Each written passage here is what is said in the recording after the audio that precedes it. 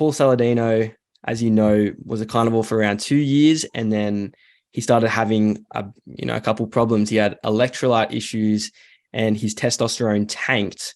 What kind of happened there with Paul Saladino? Where do you think that he went wrong? Well, it's a good question, and I haven't met Paul myself. I have a lot of respect for him. I really like his stuff, but I don't know him personally.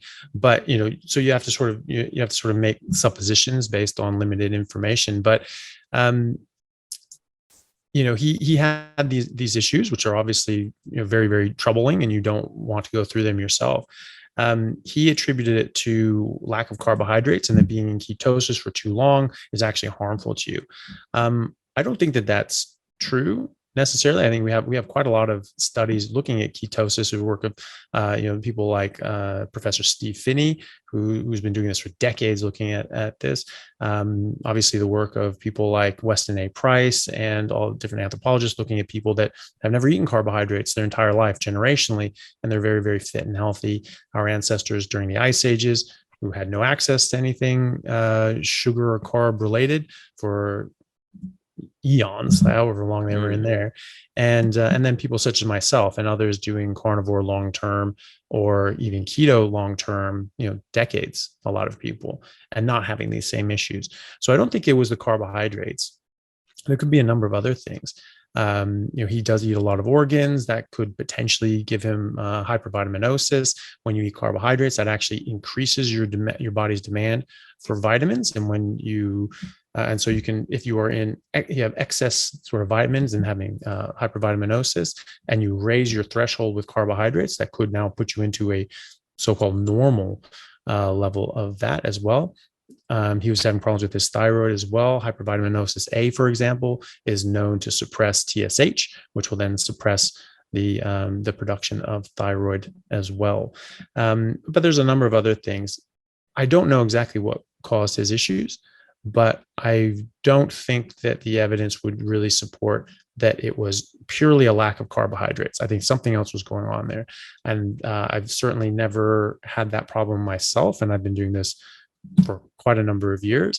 And in my patients as well, I have a few hundred patients at this point, all on a carnivore diet for the last 3 years. And we track their bloods and we track their progress. They have not had these problems. In fact, I haven't had anybody who has had that problem. And we do monitor their bloods and their testosterone and estrogen and all their hormones, and obviously their electrolytes. And we troubleshoot issues if they're having cramps and so forth.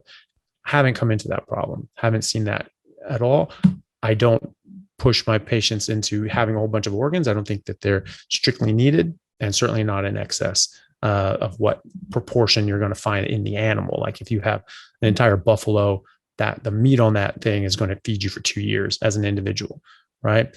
But it only has one liver. So you're going to have one liver for the course of 2 years. And so I don't think you need to eat a large amount of liver just every single day.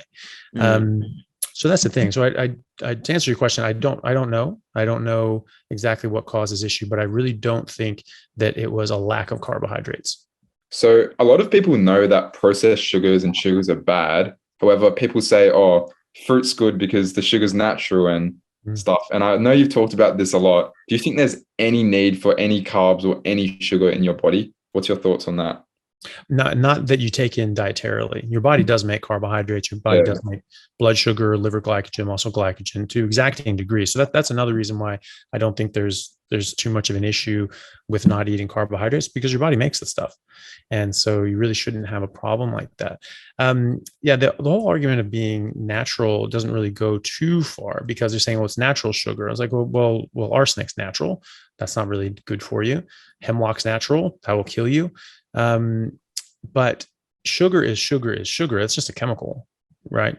And so whether or not you get that chemical in sugar, packet of sugar, or you get that from an apple, the substance itself is the same. Now you'll be getting other things with the apple as well that may provide benefit apart from the sugar, but it will have that sugar, and that sugar will act the same in both circumstances, and particularly fructose, which is the sweetest part of sugar, Table sugar is a disaccharide. So this is a glucose molecule bound to a fructose molecule. Your body cleaves those and you absorb those separately. High fructose corn syrup is just a mixture of fructose and glucose, and it ends up being the same thing, amounts to the same thing. So that's the same kind of sugar that's in fruit. So it's not like it's a different kind of sugar. It's not like it's special for some reason.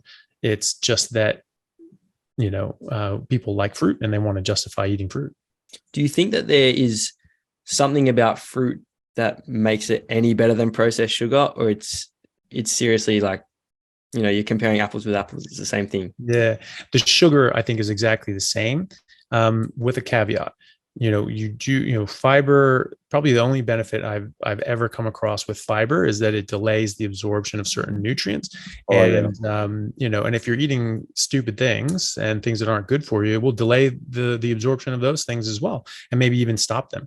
And so if you're eating fruit and fructose and has fiber, then that fiber is going to delay that a bit, so you won't absorb as much. But fruit juice, that will all go. And and obviously they'll have other things. They'll have vitamins and minerals and things like that that are good for you. But they come with other things, and it's not just the sugar either, because fruit does contain defense chemicals as well. It's not just the rest of the plant. Generally, there are less in the fruits that we eat, but that doesn't mean that there are none. Look, the citrus family has furanocoumarins, which are toxins, and our body is able to clear these out. But you only have a limited capacity to do that, and then you run out of the enzymes in your liver that detoxify these things. This is why you don't take like grapefruit or grapefruit juice with certain medications, because it's those same enzymes that are breaking down the furanocoumarins in grapefruit that are also metabolizing your medications or certain medications. And so you can get either ineffective dose or toxicity from your medication if you're taking it with grapefruit juice because of that. And so that's an evidence of your body detoxifying things. Now, can your body detoxify it and handle it? Yeah, sure. But that doesn't mean that it's completely safe. And then there are tons of fruit around the world that will just kill you. I mean, most berries, wild berries are going to be harmful to you. They're going to cause problems or even kill you. And there are tons of other fruits. There's over 150 different sort of fruits that, like the cassowary bird, for instance, eats, and every single one of those fruits will kill you, or kill basically any other animal that eats them, because the plant wants the cassowary bird to eat them, because the seed germinates in the cassowary bird's gut. It's not going to germinate anywhere else. And so if the cassowary bird doesn't eat that fruit, that seed will not turn into a plant, and that's not in the plant's best interest. And so while the plant may want something to eat its fruit, it doesn't necessarily want you to eat the fruit. And so that's not something that's going to be devoid of toxins, certainly. And not least of all will be sugar.